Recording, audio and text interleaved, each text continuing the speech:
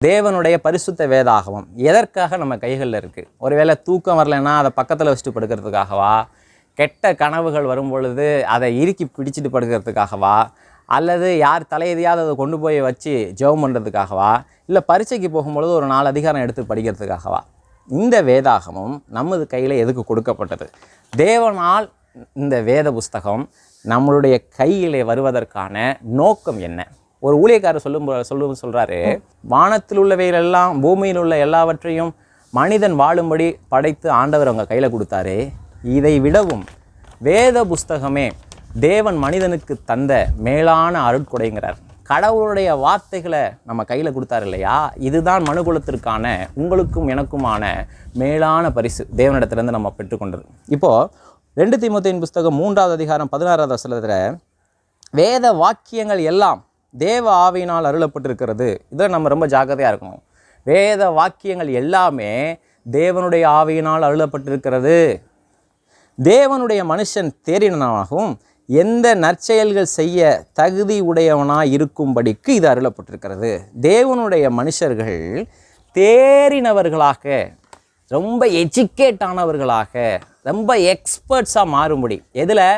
ஆண்டவரை அறிகிற அறிவிலே, இயேசு கிறிஸ்துவை அறிகிற அறிவிலே, இயேசு கிறிஸ்து தருகிற விடுதலை, பாவ மன்னிப்பு, நித்திய வாழ்வு, புதிய வாழ்க்கை, பரிசுத்த ஆவியானவரை தனக்குள்ளாக பெற்றுக்கொள்ளுகிற இப்படிப்பட்ட மேலான காரியங்களிலே தேறினவர்களாக, கடவுளை குறித்த அறிவிலே தேறினவர்களாக, கடவுளை போன்ற பரிசுத்தத்திலே தேறினவர்களாக, கடவுளை போன்ற பாதைகளிலே அவருடைய வழிகளிலே நடக்க தேறினவர்களாக நம்மை ஆக்கும்படி தான் இந்த பரிசுத்த வேதம் நமக்கு கொடுக்கப்பட்டிருக்கு. அது மாத்திரமல்ல, இது வெறும் ஃபெய்த் சார்ந்தது கிடையாது. அதாவது நம்பிக்கை சார்ந்தது மட்டும் கிடையாது.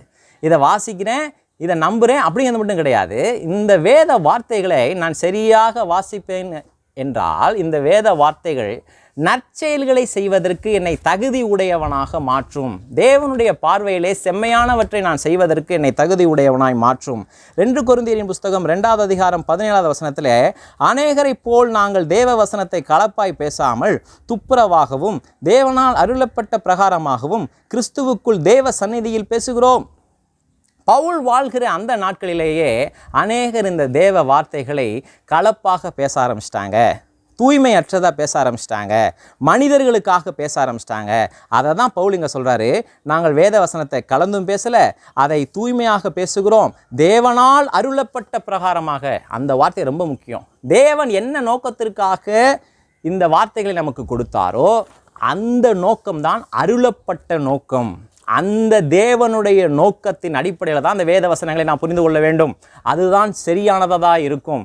அப்போ அருளப்பட்ட பிரகாரமாய் ஒரு ஊழியக்காரன் இதை பேசவில்லை என்று சொன்னால், தன்னுடைய சொந்த நோக்கத்திற்காக இதை பேசினான் என்று சொன்னால், அவன் கலப்புள்ளவனாய் அதை பேசுகிறான், ஜனங்களுக்காக பேசுகிறான், அவன் தேவ சந்நிதியில் பேசலை.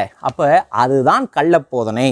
2 பேதுருவின் புஸ்தகம் 3வது அதிகாரம் 16வது வசனத்தில் வேத வாக்கியங்களை புரட்டினார்கள் என்று நம்ம வாசிக்கிறோம். தேவனால் அருளப்பட்ட நோக்கத்தை விடுத்து மனிதர்களுடைய தனிப்பட்ட சொந்த நோக்கங்களுக்காக அதை மாற்றி பேசினாங்கன்னா அதுதான் வேத புரட்டல். எல்லாவித வேத புரட்டலுக்கும் நாம் காக்கப்படும்படி நம் கையில் இருக்கிற வேதாகமத்தை நாம் இறுக பிடித்து அதை ஆய்வு செய்து அதை வாசிப்போம்.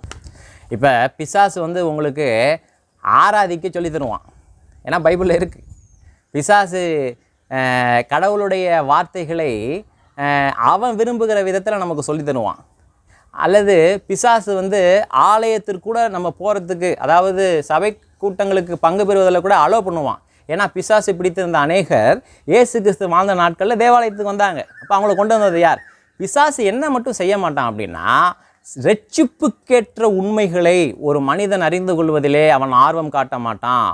பரிசுத்த பாதைகளிலே, தேவன் விரும்புகிற காரியங்களிலே அதற்கு ஏற்றாப்போல் மனிதனுடைய வாழ்க்கை மாற்றமடைவதற்கு பிசாசு விரும்ப மாட்டான். தேவ ஆவியானவர் ஒரு ஊழியக்காரனுடைய வாழ்விலே செயல்படுவார் என்று சொன்னால், ஊழியத்திலே செயல்படுவார் என்று சொன்னால், அந்த ஊழியக்காரன் தனக்கு முன்பாக அமர்ந்திருக்கிற ஜனங்களுடைய இரட்சிப்புக்காக பரிதவிக்கிறவனாய், அதிலே குறியாய் இருக்கிறவனாய், அதிலே குறிக்கோள் உடையவனாய் இருப்பான். அப்போ நம்ம யோசிச்சு பார்ப்போம், நாம் செய்கிற ஊழியம் தேவனுடைய ஆவியினால் ஏவப்பட்டு செய்கிறோம் என்று சொன்னால், நம் எதிரே அமர்ந்திருக்கிற ஜனங்களுடைய ஆன்மீக வாழ்வை குறித்து, இரட்சிக்கப்பட்ட வாழ்க்கையை குறித்து, நித்திய வாழ்வை குறித்து நாம் நோக்க முடியவர்களாய்